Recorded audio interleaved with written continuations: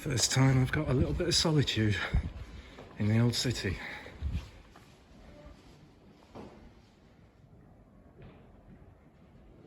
So welcome to the Church of the Holy Sepulchre, the main place of Christian worship in Jerusalem. Now there's a lot of work going on, but as in my other films I will just try and sort of do a bit of an introduction. So this particular church was founded after the destruction of Jerusalem in AD 70. Emperor Hadrian had built a temple to Aphrodite over Golgotha, and what was Jerusalem had become mainly pagan. A proposal was put forward by Emperor Constantine to dig under the temple to find Christ's tomb. Christians were massively persecuted by the pagans of the city at the time, so for Constantine to actually agree to this, it started to bring Christians out of hiding. In approximately 326 AD, after a couple of years under one of the platforms of the temple, the Sepulchre, which is a small room cut into rock where the dead were laying, was actually found, and this was Golgotha. When it was unearthed, it really changed the way Christianity was seen and perceived. The church stood for hundreds of years until Fatimid Sultan al-Hakim, due to tightening the restrictions on Christian worship, finally ordered its destruction in 1009. His actions actually sowed the seeds of the Crusades 100 years later. The Crusaders considerably built up the church again, and it's this that we mainly actually see today. A bad fire and an earthquake in 1927 have certainly took the toll, but this really is believed to be the spot where the death and resurrection of Christ took place.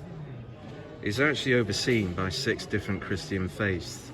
They are Armenians, Greeks, Copts, Roman Catholics, Syrian and Ethiopians. Famously, they can disagree and it can take centuries to get things done. The church is actually unlocked by a Muslim keyholder acting as a neutral intermediary. So let's go in, and like I do with all my other films, I'll give a little explanation in there about what I've learned about Christianity up to now.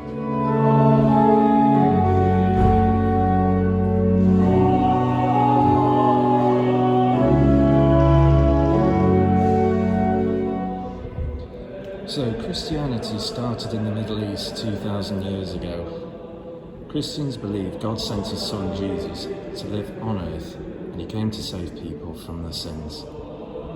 He taught of God's love for them and showed them how to live good lives as God wishes.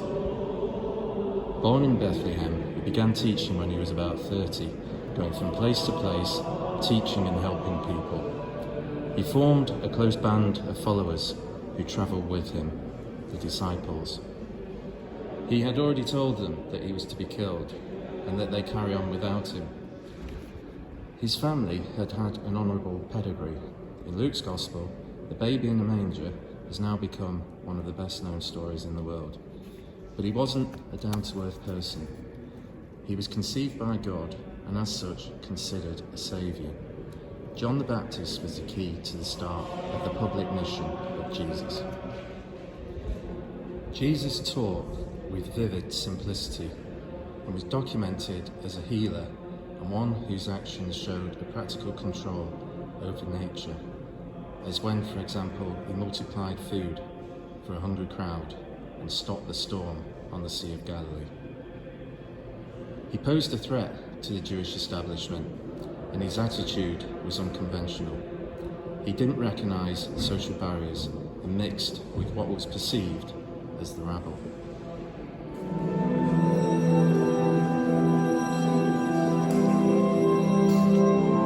It wasn't about appearances and image.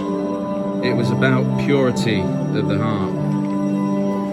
What the public really wanted was a military messiah, one being chosen by God to bring the kingdom of Israel together.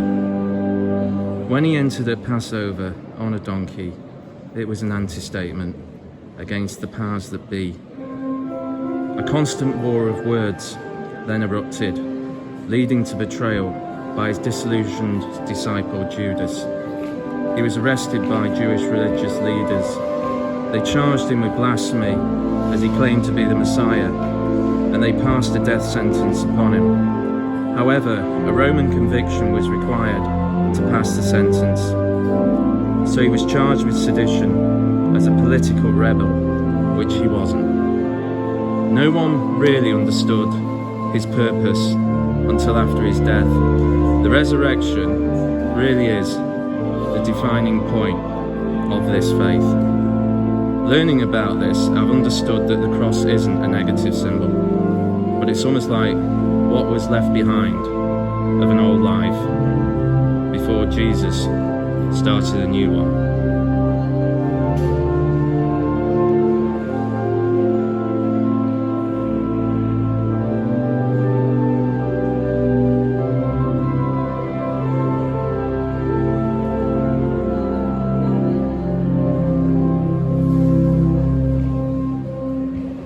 So just ascending now up to Golgotha, called Golgotha, place of the skull, because of how the rock was that Christ was actually crucified on.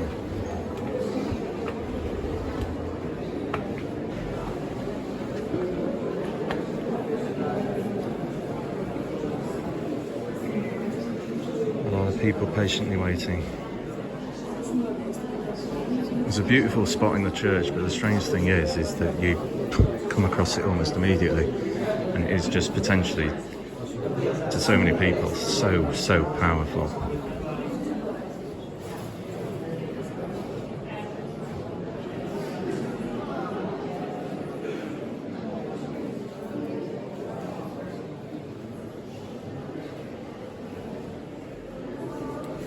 So this is the actual rock of Golgotha.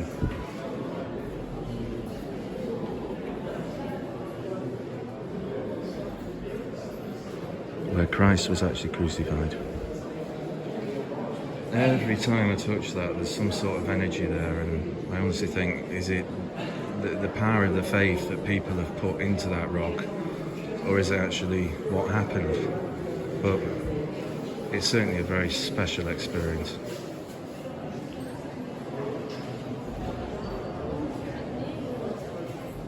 I am aware, by the way, that during my introduction in the church, the organ did join in, but there's been some quite remarkable things happen here. But yeah, even a few minutes on, you're shaking from touching this rock, Golgotha. It just symbolises so much, and certainly for me, it's something that I grew up hearing so much about.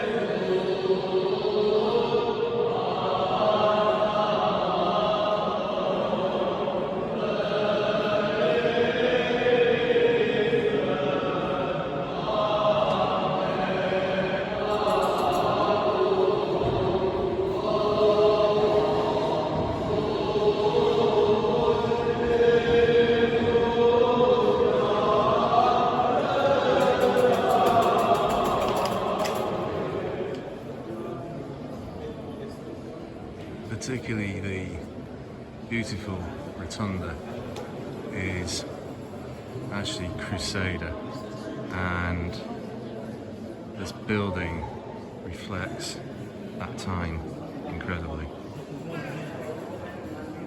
Now we're actually looking at the spot of the Holy Sepulchre.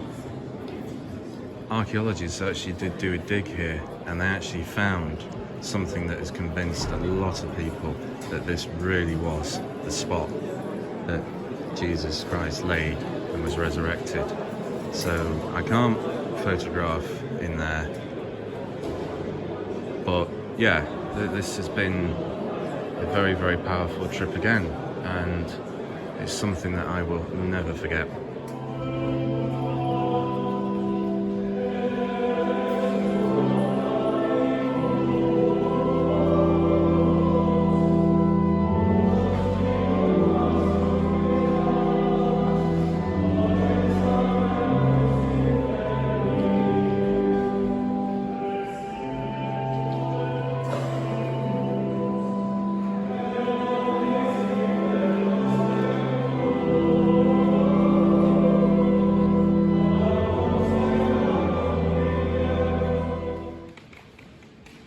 That was absolutely lovely. There was an Argentine family who'd come over, and they only allow 4 in at once.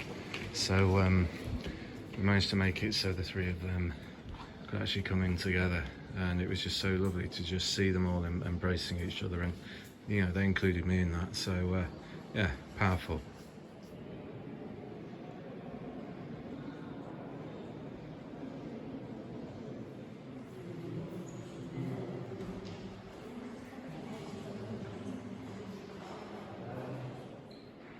Well, what can I say? Just got myself a quiet corner, so thank you very much for watching this film through. This is what I've learned about Christianity in this amazing Church of the Holy Sepulchre. So thanks again. It's been an incredible day.